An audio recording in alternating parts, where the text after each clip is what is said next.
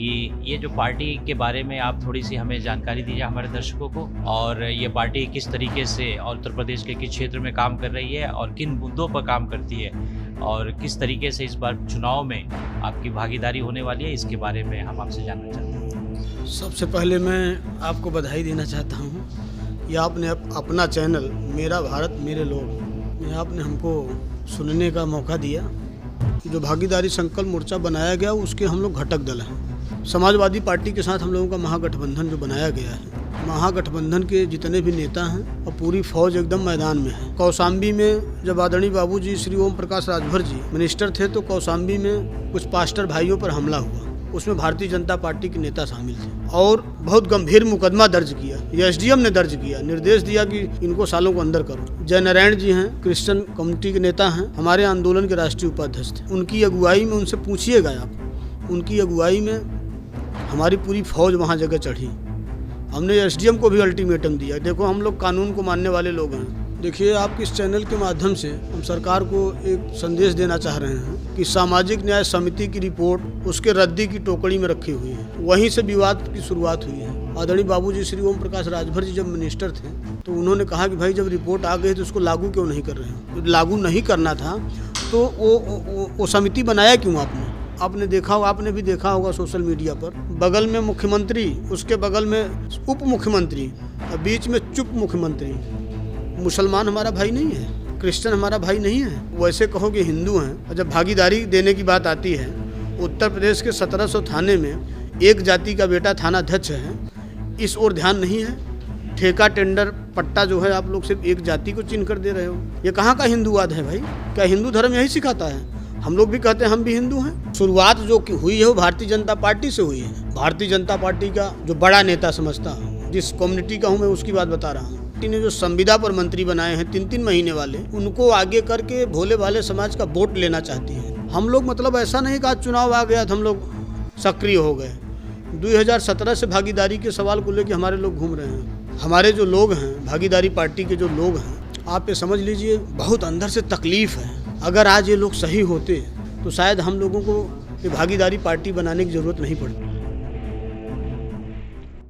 My India my people में हम सभी दर्शकों का स्वागत करते हैं। और आज अभी हम लोग यहाँ हजरतगंज के पास में एक जगह है और यहाँ पर बैठे हुए हैं, और हमारे साथ में जो माय इंडिया पार्टी के राष्ट्रीय अध्यक्ष और प्रेम चंद प्रजापति जी हमारे साथ में हैं, और उनसे आज मिलने का मौका मिला और उनके पार्टी के जो आगामी चुनाव में होने वाली भागीदारी और उनका विचार को हम आज लेने के लिए यहाँ पर बैठे हैं। तो प्रेम प्रजापति जी, आपसे एक सवाल है कि ये जो पार्टी के बारे में आप थोड़ी सी हमें जानकारी दीजिए हमारे दर्शकों को, और ये पार्टी किस तरीके से और किस क्षेत्र में, उत्तर प्रदेश के किस क्षेत्र में काम कर रही है और किन मुद्दों पर काम करती है, और किस तरीके से इस बार चुनाव में आपकी भागीदारी होने वाली है, इसके बारे में हम आपसे जानना चाहते हैं। माय इंडिया, पहले मैं आपको बधाई देना चाहता हूँ कि आपने अपना चैनल मेरा भारत मेरे लोग में आपने हमको सुनने का मौका दिया, तो मैं आपको बधाई देना चाहता हूँ। धन्यवाद। और जो पूरे उत्तर प्रदेश की जो हालत भारतीय जनता पार्टी ने किया है, हम लोग बहुत सीधे साधे लोग हैं, झूठ नहीं बोलते हैं, झूठ पर सियासत नहीं करते हैं, लाश पर सियासत नहीं करते हैं। जो भारतीय जनता पार्टी ने कोरोना काल में जो देश को दिया है, जो प्रदेश की जनता को दिया है, वो जनता भूली नहीं है। गुजरात, मुंबई, महाराष्ट्र, तमाम जो महानगरों से लोगों ने पैदल इस कोरोना में पलायन किया, लाखों लाख लोगों की मृत्यु हो गई रास्ते में, लोग भूले नहीं हैं। और भागीदारी पार्टी हमने 17 फरवरी को, इसी 17 फरवरी को 2021 को बनाया, और आदरणीय बाबूजी श्री ओम प्रकाश राजभर जी की अगुवाई में जो भागीदारी संकल्प मोर्चा उत्तर प्रदेश की सियासत में हलचल मचाया हुआ है, उसका एक हिस्सा भागीदारी पार्टी भी है। और आप ये समझ लीजिए कि अगर हमारा जलवा देखना हो किसी को तो पूर्वांचल में चले, और पूर्वांचल में हम यहीं, मैं गंगा के किनारे का रहने वाला हूँ, प्रयागराज का अरैल घाट है जो वहाँ जगह, उधर का ही रहने वाला हूँ और हमारा जलवा वहीं से शुरू हो जाता है प्रयागराज से। और चले फिर आगे जौनपुर, आगे चले बनारस, आगे चले चंदौली, गाजीपुर, मऊ, देवरिया, बलिया, तमाम जिलों में कुशीनगर, महाराजगंज, गोरखपुर, अंबेडकर नगर, फैजाबाद, इधर जलवा है। एक आवाज़ मार दूं तो हजारों हजार नौजवान सड़क पर तैयार हैं। ये जलवा बनाया हम लोगों ने वहाँ। भागीदारी के सवाल को लेके आप समझ लीजिए कि 66 हत्याएँ, 66 हत्याएँ सिर्फ प्रजापति समाज की हुई है। ये बात समाज भूला नहीं है। मैनपुरी में 5 लोगों को जिंदा जला दिया गया, एक परिवार की। बांदा में मार की आंख निकाल ली गई। मोदी जी की जो लोकसभा है वाराणसी में, कन्हैया प्रजापति की हत्या लोग अभी तक नहीं भूले हैं। जौनपुर में 7 लोगों की हत्या, ये दर्द दिया है भारतीय जनता पार्टी ने। हमारे लोग भूले नहीं हैं। 2022 में वो खदेड़ा करेंगे। एक आदरणीय बाबूजी ने, ओम प्रकाश राजभर जी ने नारा दिया है, खदेड़ा होई। वही खदेड़ा जो है पूरे उत्तर प्रदेश के 75 जिलों में हुई। और आप समझ लीजिए प्रदेश में भारतीय जनता पार्टी ने कोरोना के नाम पर पूरे उत्तर प्रदेश को लूट लिया, उसके साथ साथ पूरे भारत को लूट लिया। शुरुआत जो हुई है वो भारतीय जनता पार्टी से हुई है। भारतीय जनता पार्टी ने जो संविदा पर मंत्री बनाए हैं 3-3 महीने वाले, उनको आगे करके भोले भाले समाज का वोट लेना चाहती है। लेकिन समाज जाग चुका है। ये संविदा वाले मंत्री, इनकी औकात है तो एक गांव में चल के दिखाएं हैं। लोग जूते की माला लेकर बैठे हैं इनका स्वागत करने के लिए, खदेड़ा करने के लिए। वो शुरुआत हो गई है। हमारे जो लोग हैं, भागीदारी पार्टी के जो लोग हैं, आप ये समझ लीजिए बहुत अंदर से तकलीफ़ है। अगर आज ये लोग सही होते, लोगों को न्याय की बात करते, समाज की भागीदारी की बात करते, उनके शिक्षा की बात करते, उनके स्वास्थ्य की बात करते, किसानों के हक की बात करते, नौजवानों को रोज़गार की बात करते, तो शायद हम लोगों को ये भागीदारी पार्टी बनाने की ज़रूरत नहीं पड़ती। हम लोग पढ़े लिखे लोग हैं। मैं भी दिल्ली में वकालत कर रहा था। प्रैक्टिस को छोड़कर दबे कुचले समाज को न्याय के लिए हम लोगों ने एक मुहिम चलाया। और आज समझ लीजिए कि मैं तो दावे के साथ कहता हूँ, भारतीय जनता पार्टी का जो बड़ा नेता समझता हूँ, जिस कम्युनिटी का हूँ मैं उसकी बात बता रहा हूँ, जो अपने आप को बड़ा नेता समझता हो, एक जिला चिन्हित कर ले पूर्वांचल का, और मैं भी चलता हूँ, वो भी चले, और देखो लोग उसका खदेड़ा करते हैं कि नहीं। और पूर्वांचल पब्लिक, जनता तय करेगी पब्लिक किसके साथ में है। हमने बुंदेलखंड की 19 विधानसभा पर हमने रथ यात्रा चलवाया, भागीदारी आंदोलन मंच की रथ यात्रा, और हमीरपुर मुख्यालय पर रथ का समापन किया। उसमें आदरणीय बाबूजी श्री ओम प्रकाश राजभर जी भी थे। उस समय वो सरकार में मिनिस्टर थे। हम लोग मतलब ऐसा नहीं कि आज चुनाव आ गया तो हम लोग सक्रिय हो गए। 2017 से भागीदारी के सवाल को लेकर हमारे लोग घूम रहे हैं। ये जो भागीदारी की बात कर रहे हैं उसमें आप रिजर्वेशंस की बात कर रहे हैं, जॉब में रिजर्वेशंस की बात कर रहे हैं, या किस तरीके का पॉलिटिकल पार्टिसिपेशंस की बात कर रहे हैं? क्योंकि सरकार तो ये कहती है कि सबका विकास हो रहा है, सबके साथ हम चल रहे हैं। देखिए, आपके इस चैनल के माध्यम से हम सरकार को एक संदेश देना चाह रहे हैं कि सामाजिक न्याय समिति की रिपोर्ट सरकार 5 साल पूरा करने जा रही है, उसके रद्दी की टोकरी में रखी हुई है। वहीं से विवाद की शुरुआत हुई है। आदरणीय बाबूजी श्री ओम प्रकाश राजभर जी जब मिनिस्टर थे तो उन्होंने कहा कि भाई जब रिपोर्ट आ गई तो उसको लागू क्यों नहीं कर रहे हो। अरे जब आपको लागू नहीं करना था तो वो समिति बनाया क्यों आपने? और जब उसकी रिपोर्ट आ गई तो आप लागू नहीं कर रहे हो। 69,000 शिक्षक भर्ती का आपने देखा कि पिछड़ों का हिस्सा लूट लिया। 68,500 जो भर्ती का मामला था उसमें लूट लिया। और जो ये ओबीसी के नेता भारतीय जनता पार्टी में बैठे हैं, इनको शर्म आनी चाहिए। इनको शर्म आनी चाहिए। एक फ़ोटो आपने देखा होगा, आपने भी देखा होगा सोशल मीडिया पर, बगल में मुख्यमंत्री, उसके बगल में डिप्टी मतलब उप मुख्यमंत्री, और बीच में चुप मुख्यमंत्री। चुप का मतलब श्री केशव प्रसाद मौर्य स्टूल पर एक फ़ोटो चल रही है उनकी। मतलब पिछड़ों की ये औकात है भारतीय जनता पार्टी में कि अगर ठाकुर है, ब्राह्मण है तो उसको कुर्सी मिलेगी, ओबीसी है तो उसको स्टूल मिलेगा। और उसमें केशव प्रसाद मौर्य जी भी दांत फाड़ रहे हैं, मतलब स्टूल पर भी बैठ के खुश हैं कि मेरा बड़ा सम्मान है। और पूरा लूट लिया वैकेंसियों में हम लोगों का हिस्सा। तो मेरा एक और सवाल इसी में है कि हम आपकी जो भागीदारी पार्टी का जो आगे की भविष्य की रणनीति क्या होगी, जो आप सोचते हैं कि किस तरीके से अभी चुनाव में भागीदारी होगी और भविष्य में क्या आप करने वाले हैं? देखिए, भागीदारी संकल्प मोर्चा के राष्ट्रीय अध्यक्ष हैं श्री ओम प्रकाश राजभर जी, और जो भागीदारी संकल्प मोर्चा बनाया गया उसके हम लोग घटक दल हैं। उसमें जैसे मैं प्रेमचंद प्रजापति, मेरी भागीदारी पार्टी, राम सागर बिंद उनकी पार्टी, अनिल सिंह चौहान उनकी पार्टी, कृष्णा पटेल उनकी पार्टी, ये मोर्चा बना हम लोगों का। और समाजवादी पार्टी के साथ हम लोगों का महागठबंधन जो बनाया गया है, महागठबंधन के जितने भी नेता हैं, 7 चरण में चुनाव होने जा रहा है और पूरी फौज एकदम मैदान में है।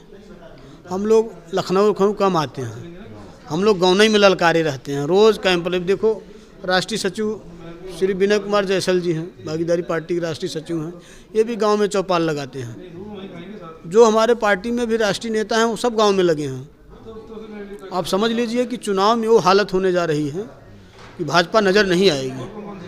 और योगी जी जिस मठ से आए थे कुर्सी के लालच में, पहले का जो साधु संत होता था वो जंगल में रहने की बात करता था, उससे राजगद्दी से कोई मतलब नहीं था। साधुओं को गद्दी की ओर जाना, महल की ओर जाना, इससे साबित होता है कि इन लोगों से ये साधु संत नहीं है। जो साधु गांजा पीता हो वो काहे का साधु है? पहले का जो साधु होता था वो कुटी में रहता था, जंगल में रहता था, वो राजपाट की बात नहीं करता था। योगी बाबा जहाँ से आए थे, इस प्रदेश की जनता उसी मठ में भेजने की तैयारी कर दिया है। एक और सवाल मेरा है कि आपके साथ में जो मसीह समाज के भी लोग हैं, जैसे विनय जी हमारे बीच में बैठे हैं, वो भी पार्टी के राष्ट्रीय सचिव हैं, तो मैं उनसे भी एक सवाल पूछना चाहता हूं कि किस तरीके से आप कहते हैं कि जो अंतिम जो हाशिए पे जो लोग हैं, उस हाशिए पे लोग, जैसे आप अलग अलग जाति के नाम भी गिनाए, वो सब लोग हाशिए पर हैं आज, और उनके साथ ये पार्टी किस तरीके से उनका सहयोग करती है, किस तरीके से उनके साथ मिल करके आगे बढ़ने की है योजना, ये भी हम विनय जी से भी जानेंगे और आपसे भी जानेंगे। देखिए, बेटा जब पैदा होता है तो उसको पता नहीं होता कि मैं मुस्लिम हूँ कि हिंदू हूँ कि क्रिश्चियन हूँ। जैसे जैसे बड़ा होता है जिस व्यवस्था में, तो उसको पता चलता है कि मैं हिंदू हूँ, मुस्लिम हूँ, क्रिश्चियन हूँ। बाद में उसको ये भी पता चलता है कि मैं इस जाति का हूँ। कौशाम्बी में जब आदरणीय बाबूजी श्री ओम प्रकाश राजभर जी मिनिस्टर थे, तो कौशाम्बी में कुछ पास्टर भाइयों पर हमला हुआ, उसमें भारतीय जनता पार्टी के नेता शामिल थे और बहुत गंभीर मुकदमा दर्ज किया। एसडीएम ने दर्ज किया, निर्देश दिया कि इनको सालों को अंदर करो। और उस टाइम में जयनारायण जी हैं, क्रिश्चियन कम्युनिटी के नेता हैं, हमारे आंदोलन के राष्ट्रीय उपाध्यक्ष थे। उनकी अगुवाई में, उनसे पूछिएगा आप, उनकी अगुवाई में हमारी पूरी फौज वहाँ जगह चढ़ी। हमने एसडीएम को भी अल्टीमेटम दिया, देखो हम लोग कानून को मानने वाले लोग हैं, लेकिन अगर आप गलत करोगे तो हमारे लोग सड़क पर उतरेंगे, अव्यवस्था होगी तो उसकी जिम्मेदारी आपकी है। आप बताइए, मुसलमान हमारा भाई नहीं है, क्रिश्चियन हमारा भाई नहीं है, तुम वैसे कहो कि हिंदू हैं। और जब भागीदारी देने की बात आती है, उत्तर प्रदेश के 1700 थाने में एक जाति का बेटा थाना अध्यक्ष है, इस ओर ध्यान नहीं है। ठेका, टेंडर, पट्टा जो है आप लोग सिर्फ एक जाति को चिन्ह कर दे रहे हो। ये कहाँ का हिंदूवाद है भाई? क्या हिंदू धर्म यही सिखाता है? अरे हम लोग भी हिंदू, हम लोग भी कहते हैं हम भी हिंदू हैं। इसमें मेरा एक सवाल है कि अभी जैसे आप पास्टरों पर बहुत सारे मुकदमे दर्ज हैं, और वो अधिकांश सर बाद में पता चलता है कि वो फर्जी है, क्योंकि कोर्ट में जब उनकी बेल एप्लीकेशंस और जजमेंट आती है तो फिर वो बाइज्जत बरी किए जाते हैं कुछ सालों के बाद में, 6 महीना साल भर लगता है। लेकिन उस जो 1 साल 1.5 साल जो फर्जी मुकदमें में वो रहे और उनका पूरा कैरियर चौपट होना, उनका घर डिस्टर्ब होना, ये सब चीज़ें में भी बहुत सारे केसेस आपके सामने आते होंगे।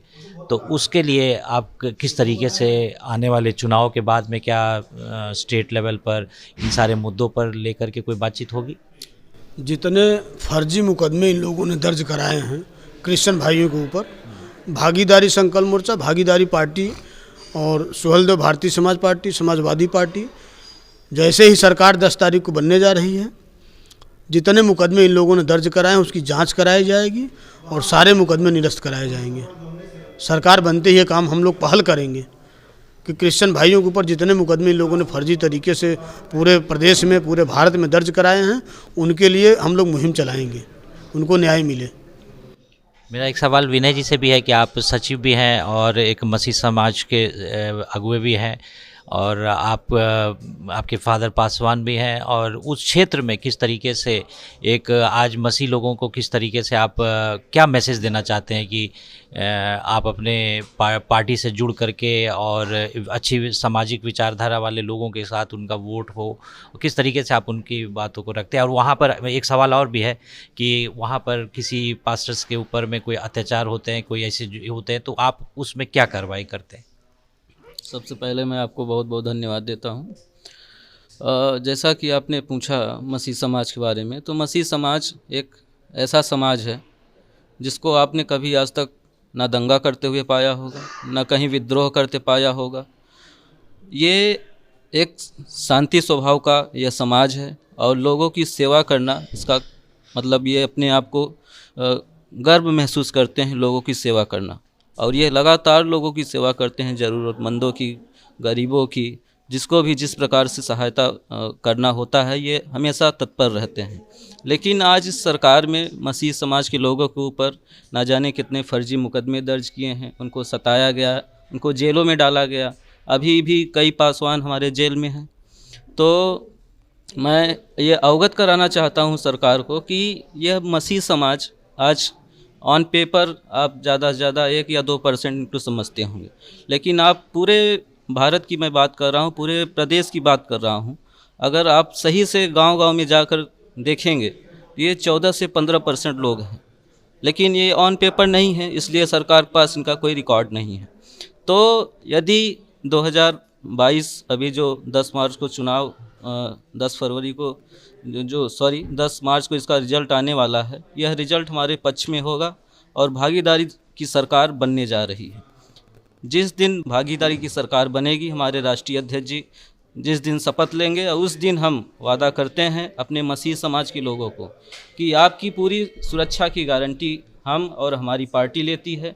आपके ऊपर कोई भी जुल्म जाति अत्याचार होता है, आपको सताया जाता है, मारा पीटा जाता है, तो वहाँ हम अपने पूरी पार्टी के साथ, दल बल के साथ वहाँ आपकी सेवा के लिए हम खड़े हैं। और जितने भी फर्जी मुकदमे दर्ज हुए हैं उन सबको निष्पक्षता से जांच करा के उनको निरस्त कराने का काम हमारी भागीदारी पार्टी करेगी। आप दोनों से बात करके बहुत बहुत अच्छा लगा और धन्यवाद देते हैं। और मैं थॉमसन और हमारे साथ में अवतार सिंह कैमरामैन, हम लोग आपको यही बात बताना चाहते हैं कि लोग चुनाव को लेकर के काफ़ी सक्रिय हैं, पार्टी सक्रिय हैं, और इन सब बातों के लिए हम यही उम्मीद करते हैं कि आने वाले चुनाव में इन सब की भागीदारी बहुत अच्छे होंगी बढ़ करके, और मसीह समाज के लिए भी ये एक बहुत अच्छा मील का पत्थर साबित होगा। धन्यवाद।